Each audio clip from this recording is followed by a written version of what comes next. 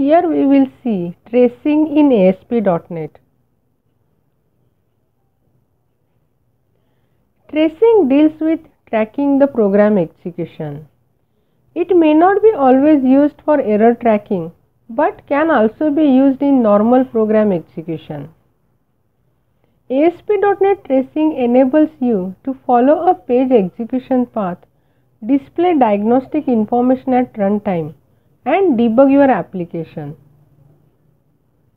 ASP.NET Tracing can be integrated with system level tracing to provide multiple levels of tracing output in distributed and multi-tier applications. ASP.NET Tracing offers the following features.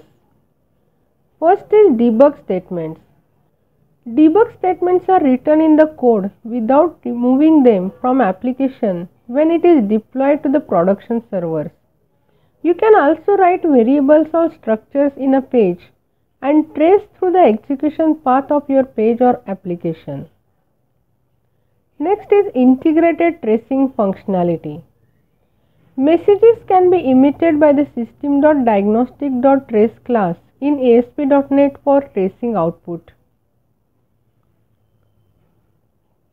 Programmatic access to trace messages. ASP.NET can access and manipulate trace messages from the code for finer control over the format of trace messages or for additional processing that are required. Application level tracing. The application level tracing option views the most recent tracing data available without restarting a tracing session and without increasing the amount of tracing data that the server must store. The most recent tracing data is displayed and the older tracing data is discarded. Now we will see how ASP.NET supports tracing. ASP.NET provides an implicit object called trace that can be used to log trace messages. This object is of type tracing context which resides in system.web namespace. This class has two methods, write and warn, that allow user to write trace message to trace log. ASP.NET comes with a browser-based utility called trace.axd that allows user to view all the trace information. The only difference between write and warn method is that warn method displays the trace message in red color.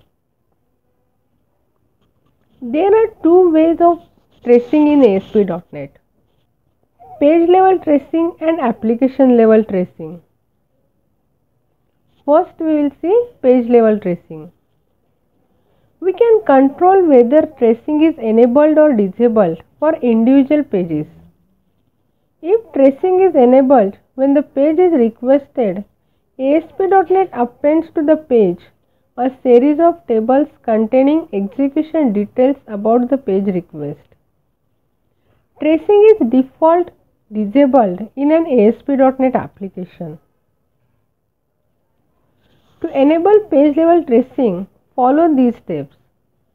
First, include trace equal to true in page directive. Here I have written this code in which I have declared trace equal to true. And second is, you can use trace mode attribute in the page directive with trace equal to true and trace mode equal to sort by category. There are two methods for trace mode. First is sort by category, which sorts the trace messages by the categories, and sort by time, which sort trace messages in order in which they are processed.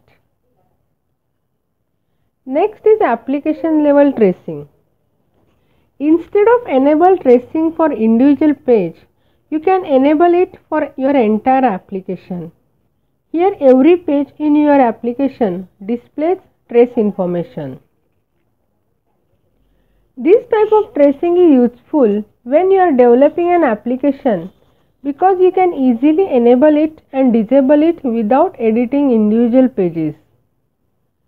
And when your application is complete, you can turn off the tracing of all pages at once.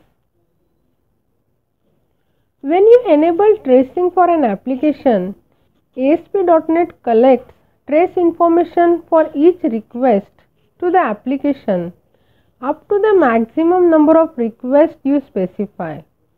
The default number of requests is 10. You can view trace information with the trace viewer. By default, when the trace viewer reaches its request limit, the application stops storing trace requests. However, you can configure application level tracing to always store the most recent tracing data, discarding the oldest data when the maximum number of requests is reached. To enable application level tracing, follow the following steps. First, delete your page level tracing for better result. Then open the web.config file and add the following information in it. Under system.web, set the trace enabled equal to true, page output equal to true and request limit equal to 40. You can set any number limit. The above code has many attributes used. First is enabled. Set it true to enable tracing for the application. By default it is false.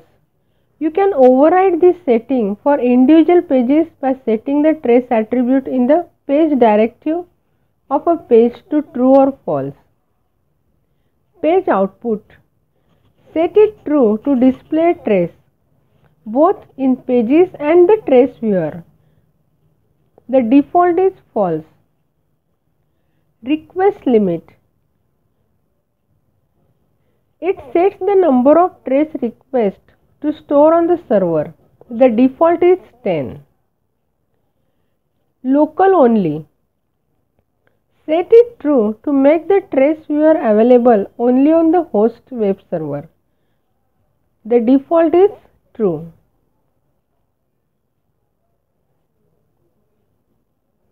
You can write your own messages to trace the log. For this, write the following code. Trace.write and trace.warn. You can also categorize your trace message by using the overloaded version of the above method with category.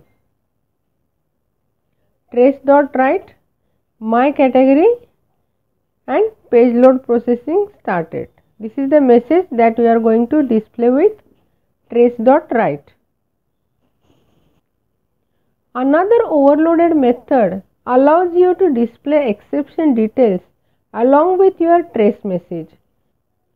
This method accepts parameter of type system.exception and displays its message property along with your message.